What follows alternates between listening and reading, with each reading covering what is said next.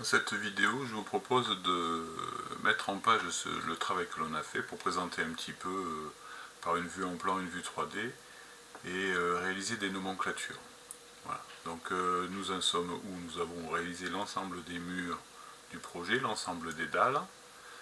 Il nous manque bien sûr des choses à faire, le garde-corps n'est pas très joli. Si j'en trouve, je ferai une petite. Si je trouve le moyen de faire un garde-corps plus joli, je vous donnerai.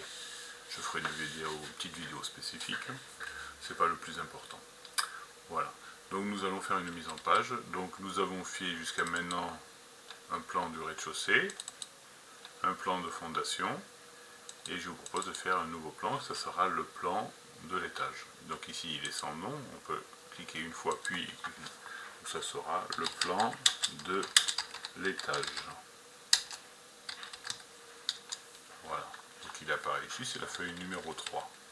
Dans cette feuille, j'y ai glissé déposé à la même échelle. J'ai choisi de prendre la même échelle, donc le 60e ici, la vue du niveau 1 archi.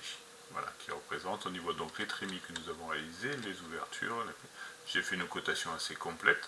La cotation permet de voir côté extérieur les ouvertures. Ici on a aussi des ouvertures, même si ce n'est pas des fenêtres, c'est des murs d'une certaine longueur et une grande ouverture. Donc on a une même ligne à l'extérieur qui permet de coter l'ouverture. On a aussi une cote qui permet de positionner le auvent. On a des cotes totales ici pour la largeur suivant Y et la largeur suivant X. On a rajouté aussi la profondeur de l'auvent. Donc l'auvent, on a émis, là il déborde de 1,05 m. Les trémies sont positionnés, c'est-à-dire qu'on a fait une ligne de cote. Vous voyez ici il y a une ligne, je vais activer pour être dedans. Oui, on a une cote intérieure qui fait la totalité, une cote intérieure qui fait la totalité des trémies. Donc on fait un trace un trait sur X, un trace un trait sur Y, et on code le maximum de choses qui sont assez logiques. Donc c'est-à-dire qu'en fait, ces cotes-là, c'est la position des murs. Celle-ci, c'est la position des trémies. Il me manque quoi? Je vois qu'il me manque la largeur de la trémie. Là, hein. Donc là, il faudra bien coter ici la largeur de la trémie aux côtes nues. 160 comme on l'avait dit. Voilà. Les trémies après sont positionnées par rapport à elles, il n'y a pas de problème. Voilà. Il ne faut pas trop coter des choses différentes entre elles. Ici, je ne cote pas les murs, je cote uniquement les ouvertures. Voilà. Les cotes sols sont assez rares, mais finalement, quand on a des trémies comme ici qui sont positionnés contre le mur, eh ben, il n'y a que la valeur, la largeur qui importe. Donc elle est toute seule, la position, elle est contre le mur. Donc, voilà. Ici j'ai positionné, là on n'est pas contre le mur, donc il faut positionner le trou 25 par 25, à une certaine distance, sur un X et sur un Y, du mur. Là la distance elle est de 0 en fait, hein, 0 plus 160, alors que là c'est un espace plus 25.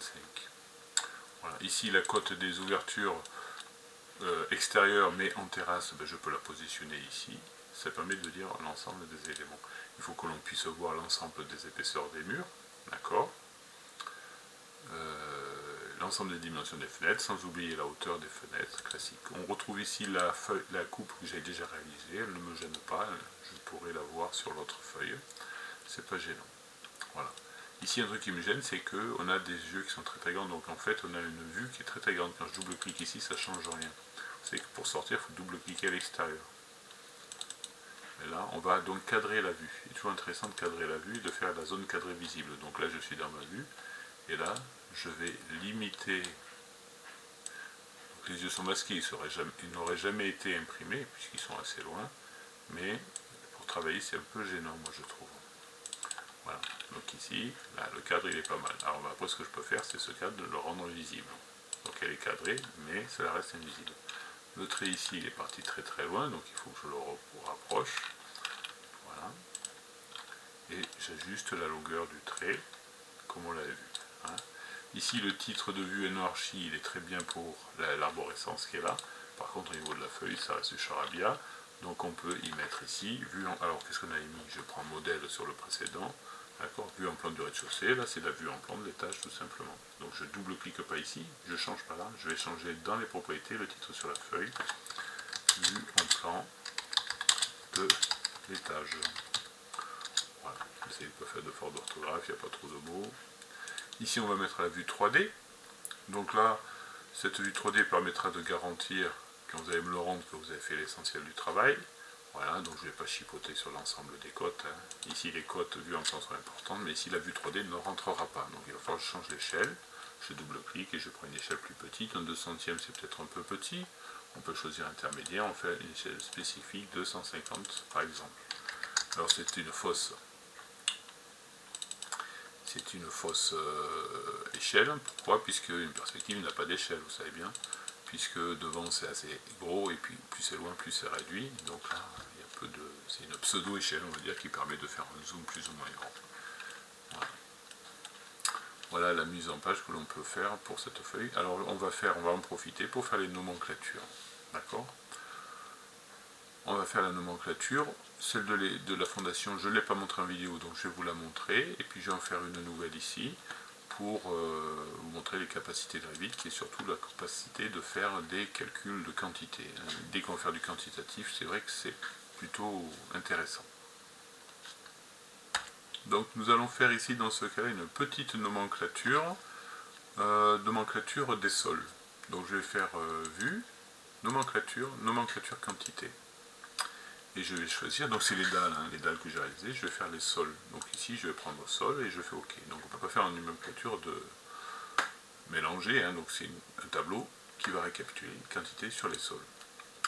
Qu'est-ce que je vais y mettre? Il m'intéresse de savoir quoi? Il m'intéresse de savoir le niveau N0, N1, etc.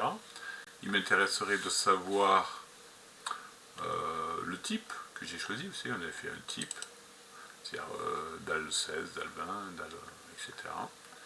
Et puis sa surface, d'accord? Le volume ne m'intéresse pas tout à fait, puisque en architecture, le volume, ça sera un volume global qui comprendra le revêtement qu'on a émis. Donc c'est pas vraiment le vrai volume de béton. Donc on va rester sur la surface, et c'est déjà pas mal. D'accord? On peut faire OK, et voir ce que donne ce tableau qui va être tout petit. Voilà. Donc le niveau, tiens, je vois qu'il n'est pas indiqué. Donc j'ai un petit souci d'affichage. Donc je reviens sur le champ. Est-ce qu'il y avait plusieurs niveaux? Ici j'ai bien mis la nomenclature. Tac tac, ça m'étonne. Effectivement, je viens de mettre un niveau, mais je vois qu'il y en a un deuxième. Donc il y en a deux. Donc ici, alors là je l'ai mis, j'avais cliqué sur celui-ci. Donc il y en a un des deux qui ne convient pas. D'accord? Il doit être prédéfini un paramètre qui traîne pour avoir un choix de niveau. Ouais. C'est un paramètre supplémentaire. Donc il peut avoir. Donc là je sais pas, je vais mettre les deux, puis il y en a un des deux que je vais supprimer. Ouais, celui-ci il est exact, c'est bien celui-ci que je pensais. Par contre celui-ci, il ne m'intéresse pas, je le supprime. Je ne supprime pas le paramètre, je supprime dans la nomenclature cette colonne. Donc j'ai la dalle ici du N0, la dalle du N1, la dalle du N de toiture et une dalle du N1. C'est un peu dans le désordre, donc on pourrait les mettre dans l'ordre. Donc ici, quand j'ai créé ma nomenclature, il m'a mis des éléments. Je vais ici cliquer sur les 5 premiers, sur les 5 modifiés, qui correspondent ici, vous voyez, aux 5 onglets. Donc les champs m'intéressent. Je vais filtrer, non, quand je ne les veux pas tous, je peux en enlever, mais non, je vais garder tout cela. Je vais les trier, je vais les classer par niveau, tout simplement. C'est peut-être assez simple, comme ça ils seront ensemble. Je le fais immédiatement, mais les N1 se sont mis ensemble. OK? Donc je reclique sur modifier, le troisième onglet, j'ai classé par niveau, puis j'aimerais bien avoir le détail total, le total général. Pas le détail total, le total général. Alors là je fais total général, je vais mettre toto uniquement, ouais, ça suffit. Ah, je n'ai pas le total. Pourquoi? J'aimerais avoir le total de la surface. Parce qu'il faut que je lui dise de calculer. Donc la surface, il faut que je lui dise qu'il faut faire les calculs. Calculer les totaux. Voilà, 327 c'est le total général. Mais par contre les nombres, vous savez, ça se présente à droite. Donc ici la surface, il faut que je l'aligne à droite. Et puis on sait bien qu'il faut mettre 2 chiffres après la virgule pour les... Donc je vais mettre en mètres carrés mais avec 2 décimales. Je ne supprime pas là les zéros pour qu'on ait un alignement parfait. Voilà. Ici si je supprimais les zéros, il y aurait un décalage avec le 60. Voilà. Donc là j'ai le total, j'ai les types. Voilà. Et donc j'ai des types de dalles de 200. Sauf qu'en fait, j'en ai deux types. Celle du rez-de-chaussée, on avait dit qu'elle serait en poutrelle entre vous, et les autres sont des dalles pleines. Donc on va les renommer, si vous voulez bien. D'accord? Donc on va retourner sur la vue 3D, qui n'est pas ouverte. Je retourne sur ma vue 3D. Ici, cette dalle-là, qui s'appelle dalle solde sans, elle est particulière. Je vais modifier le type et je vais simplement la renommer. Donc on va l'appeler dalle pleine. C'est en dessous, pardon, pour renommer. Dalle pleine. Je vais mettre 20, on va rester en cercle. D'accord. Et par contre, en fait, elle fait 22, et plus il y a 2 cm, donc elle n'est pas bien nommée. Hein, donc je vais mettre plus 2 cm, plus 2 cm. Voilà, plus 2 cm.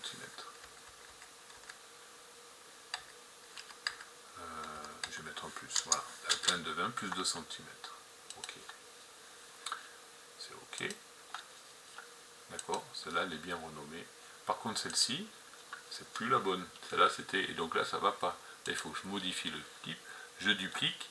Je ne vais pas mettre de finition, là. Hein, parce que là, ça va être une étanchéité après. Donc, ça sera un autre type de toiture. Donc, je vais la dupliquer. Je mets dalle pleine de 20, tout simplement. OK.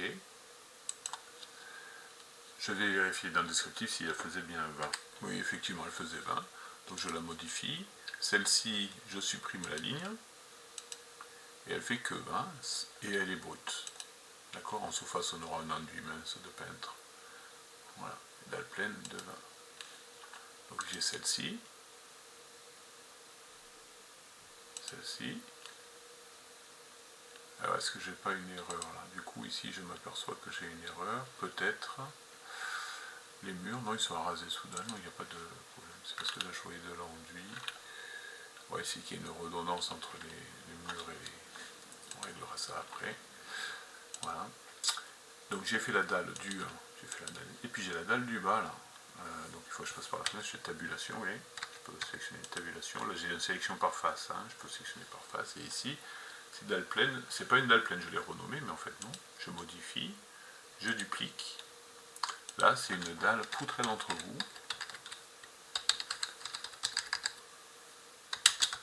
Entre vous.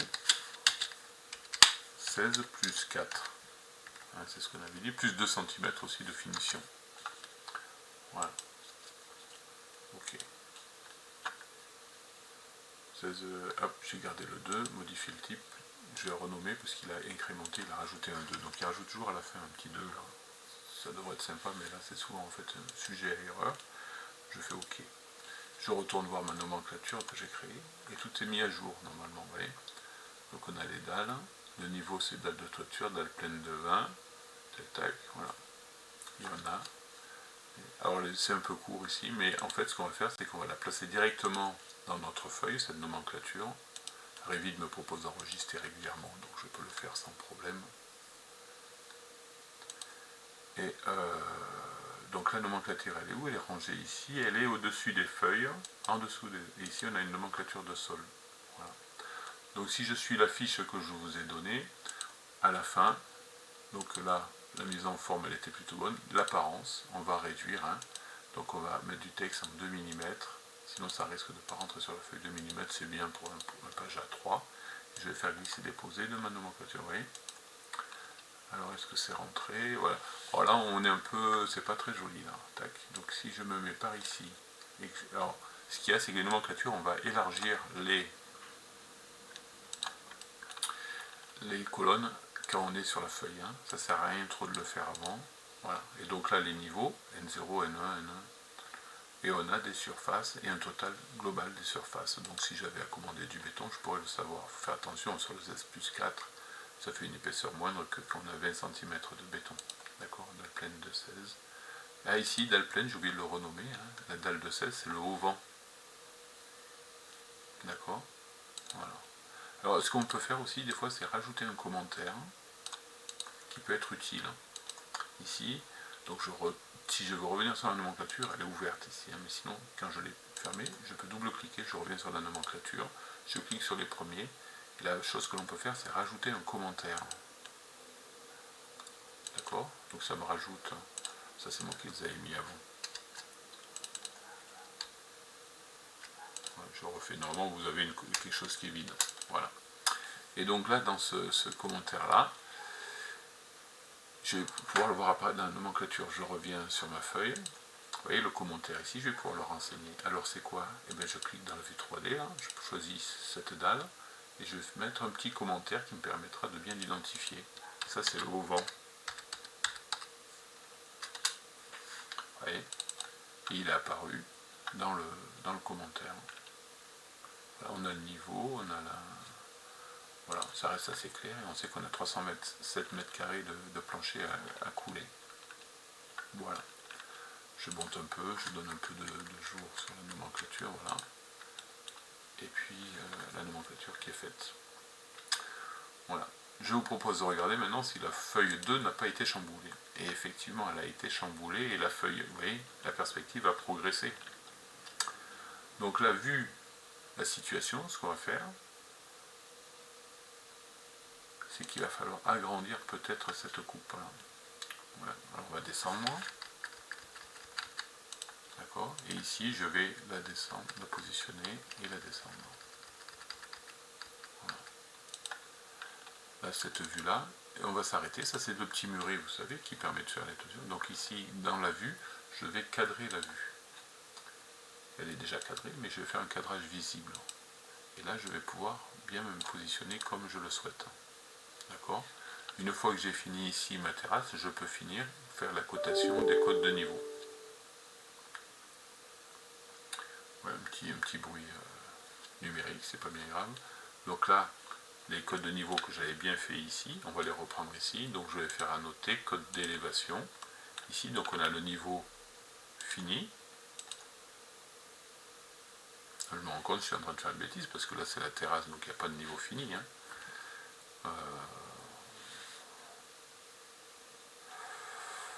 Je vais coter seulement le brut. Donc je recommence le code d'élévation. Voilà. Ou alors, oui non, il n'y a pas trop d'opportunités. Ouais. On va se mettre comme ceci. Ouais. Donc là, on va le virer ici, puisqu'ici cette dalle là, il faudrait... voilà. Donc là on a une fois, et je vais préciser que ça c'est la cote brute. Donc c'est le suffixe petit b. Ça nous fait réviser ce que l'on avait fait l'autre fois. Là. Vous voyez, cote brute, cote finie. Voilà. Alors ici vous allez me dire ça va pas, ça se chevauche, je suis d'accord. Et donc ici cette vue, ça correspond pas à la perspective. Si je fais plan du rez-de-chaussée, il faudrait que je vois le rez-de-chaussée en fait. Donc là je vais double-cliquer. Et je vais appliquer ici ce qu'on appelle une zone de coupe. Vous voyez à gauche là, je peux faire afficher un parallélépipède qui va me faire un écorché. Voilà. Donc là on a l'aperçu de notre rez-de-chaussée. Je peux monter peut-être un chouïa plus pour voir des linteaux. Ouais, pas plus. Hein. Voilà, donc c'était pas mal comme ça. Et donc cet élément-là ne sera pas imprimé.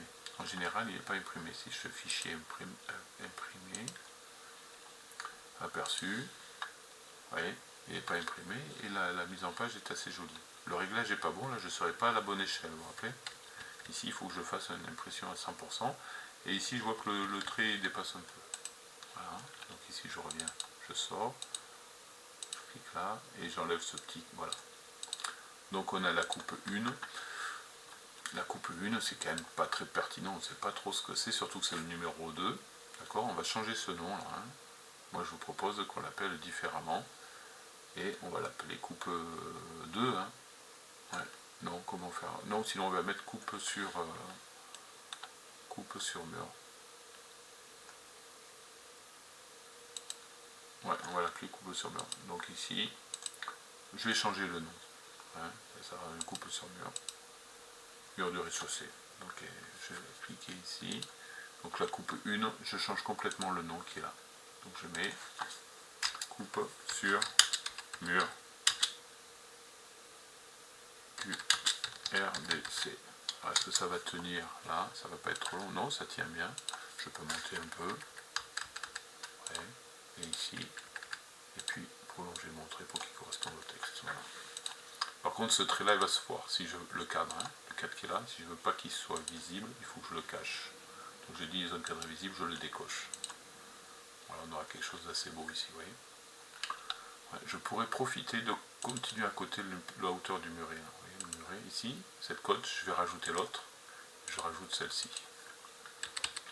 Du coup, je décale avec mon clavier la cote brute, et on a bien le 32 au-dessus des deux. Voilà, c'est pas parfait, hein, il y a ce petit détail là, c'est pas la bonne dalle en fait, hein, puisqu'on aura une toiture, mais c'est pas bien grave, on apprend les fonctions Revit. Donc là j'ai remis en ordre ma feuille 2, maintenant je vais faire pareil pour la feuille 1. La feuille 1, j'avais cadré ma vue, donc c'est bien, je peux, si je veux, cacher la zone cadrée, si je veux rester comme ceci, ou alors le laisser cadré, ça c'est un peu au choix, c'est comme on veut. On a émis les semelles, voilà. Donc là par contre ce qu'il faudrait, c'est quand même montrer un petit peu d'arase, mettre les niveaux, hein, des éléments. Donc on a la rase inférieure, la rase supérieure, on va mettre le niveau, donc cotation annotée, code d'élévation, niveau brut, niveau fini, pareil, niveau hop, brut, et niveau fini. Voilà. Sur le 0, c'est fini, je mets un suffixe F. Sur le brut, c'est un niveau brut, je mets le suffixe B. Voilà. Alors je vais peut-être intéresser à le décaler pour qu'il soit bien visible. Et puis, voilà. Alors comment se fait-il que je vois le mur là? Eh bien ça se voit ici. Là. Regardez ici.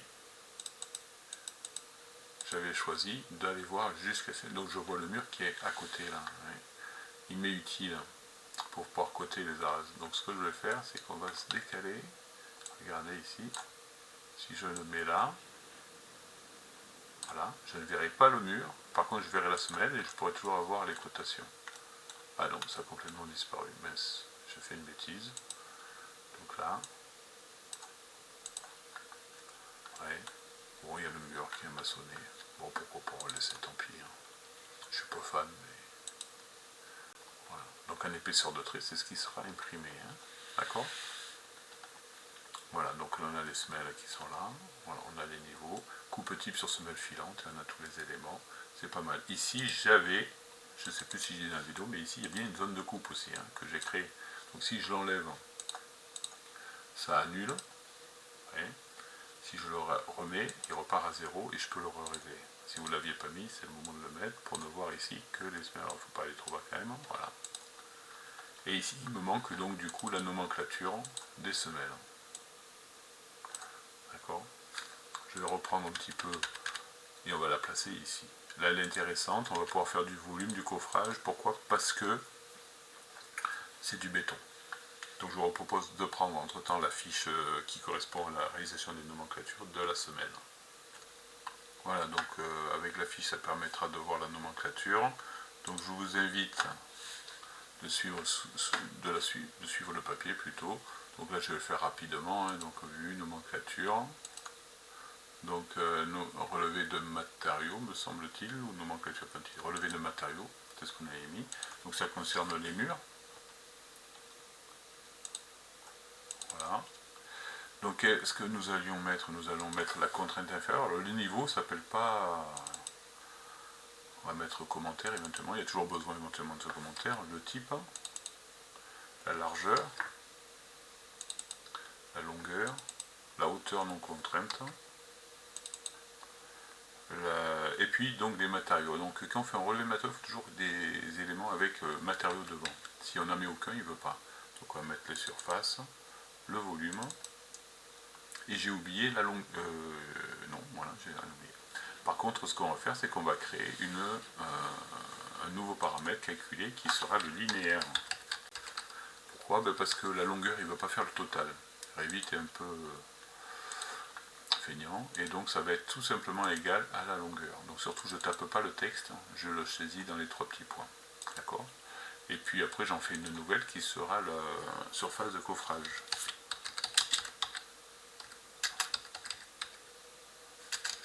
Proprement. Voilà. Là, c'est une surface. Et donc la formule, là, c'est quoi? C'est la longueur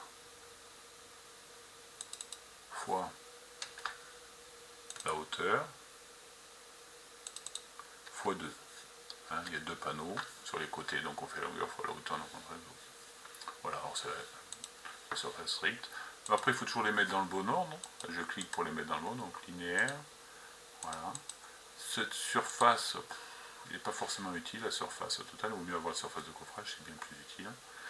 Dans le filtre, eh ben, je vais prendre que les murs, moi je vais prendre certains murs, hein, pas tous, hein. Donc contrainte inférieure de mes murs, je prends que ceux qui sont sur les fondations. D'accord? Il faut que je filtre. Après je trie, je vais les trier, qu'est-ce que j'ai fait comme tri? Ben, par type, on a plusieurs types. Donc ça sera les voiles BA, il y en a de 15, il y en a de 20. La mise en forme, donc tous les nombres devront être alignés à droite, hein. C'est obligatoire, d'accord? On va faire le total du linéaire, du surface de coffrage et des volumes. On va calculer les totaux. Voilà. Et puis c'est déjà pas mal. Hein. L'apparence, attention, on va mettre un texte assez réduit, donc 2 mm c'est quelque chose de proportionné pour les écritures. Et voilà apparaître le tableau. Les totaux ne sont pas faits, effectivement, il faut que je lui dise de me les afficher. Donc il les a fait, mais il ne les affichera pas. Donc voile de 15, ici, on a des murs de 20, vous voyez, donc en fondation, on a 5 murs. Bon, ça peut varier, le nombre varie. D'accord, donc il faut que je fasse les totaux. Si je ne fais pas les totaux, ça ne marchera pas. Donc ici, je reclique dans les modifiés, et dans le tri, je vais mettre afficher le total déjà général. Et puis par type, je vais faire afficher le titre. Ah non, je n'ai peut-être pas besoin, remarque. Je ne vais pas l'afficher, on va voir si ça va. Donc là, je vais faire ça. Les totaux sont bien identifiés, volume, surface, coffrage, linéaire. Le linéaire, il me manque l'unité, d'accord? Donc voilà, on va le mettre. Alors je peux être feignant, je vais le faire, je vais le mettre dans le titre. D'accord? Linéaire en mètres, surface, coffrage, c'est marqué. Là, j'ai les totaux qui sont faits. Et en fait, j'ai pas besoin du détail de tous les murs. Hein. En général, ce que l'on fait, c'est qu'on ne va pas tout détailler. On va uniquement mettre les regroupements qui m'intéressent. Regardez ici, donc j'ai les murs de 15, je connais les volumes totaux, les murs de 20, je connais les volumes totaux, et je peux faire le total de chacun des types. D'accord? Voilà, le commentaire, s'il y en avait un, je le laisse disponible. Voilà, mettre.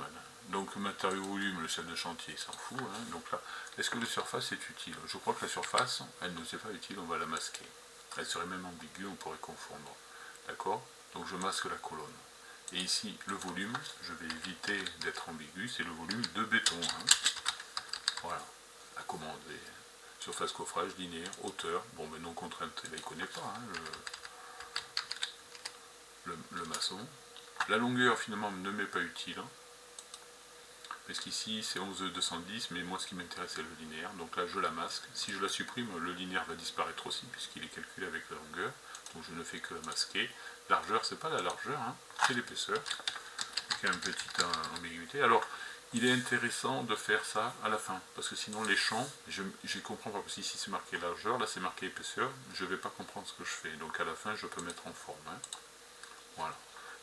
Et puis une fois que c'est fait, hop, je vais la glisser dans ma vue. Donc ici c'est un relevé de matériaux, j'ai oublié de changer le titre, vous allez voir. Voilà, relevé de matériaux aussi, il y a le maçon, il ne sait pas trop ce que c'est. Donc ici, je vais mettre quantitatif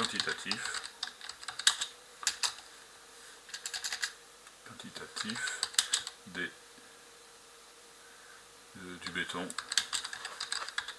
pour les soubassements.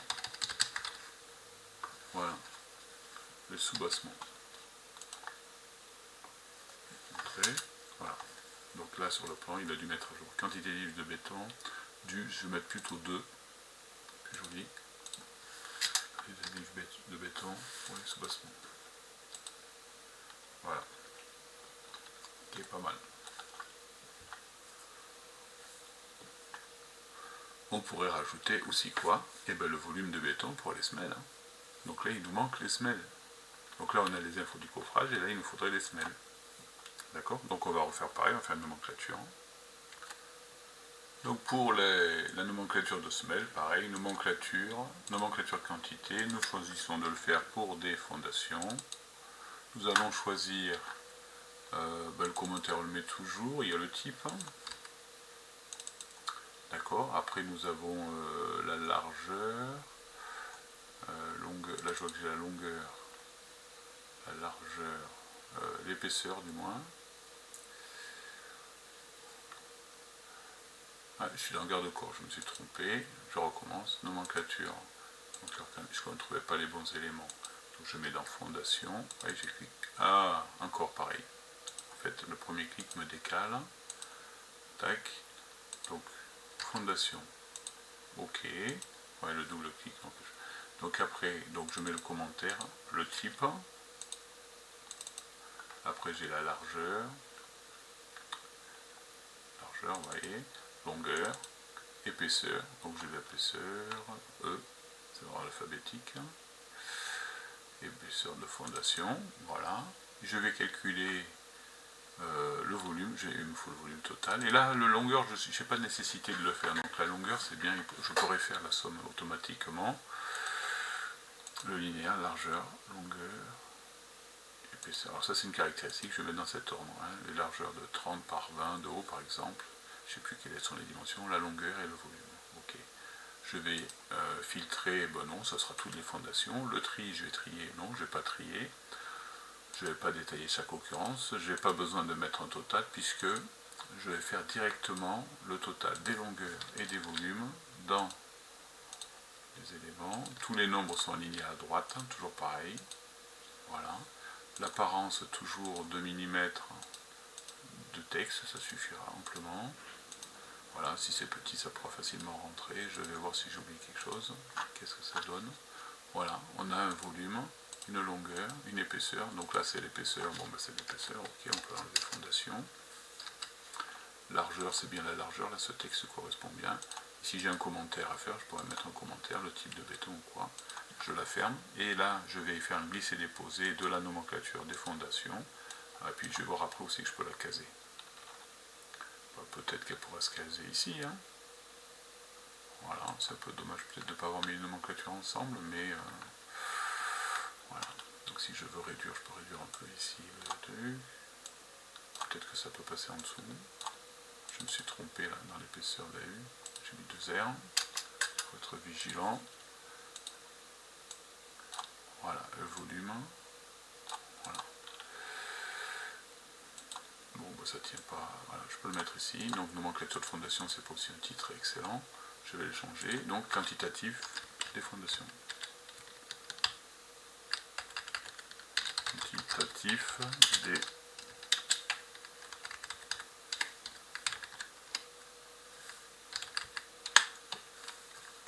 le béton. Je vais pareil, hein. Les fondations, de toute façon, j'ai la place pour le mettre. Et ça a été mis à jour. Voilà donc le travail qui fait. Donc on a un quantitatif de semelle, le quantitatif des murs de soubassement. La deuxième feuille est au propre. Il s'agit des murs avec une belle coupe et une vue 3D. Un écorché, on a fait une coupe. Et le plan de l'étage, pareil. Voilà, ici la nomenclature des sols. Les murs ne tiendraient pas hein, dans cette zone-là, donc c'est pour ça. Et là, je vais pouvoir voir que vous avez bien fait les poutres, les trémies. Ça ne se verra pas trop, mais on le verra sur la vue en plan. Et, voilà. Et donc, imprimer tout ça. Pour faire un petit dossier de 3 pages, tout à fait complet. Et j'ai oublié de mettre mon nom, hein, vous mettez votre nom. On verra qui marque votre nom au lieu de mettre son vrai nom. La date. Et voilà les 3 feuilles à imprimer pour faire un petit dossier fort sympathique pour cette début d'année. Moi je pense que vous êtes déjà bien au point sur Revit pour la suite hein, du programme.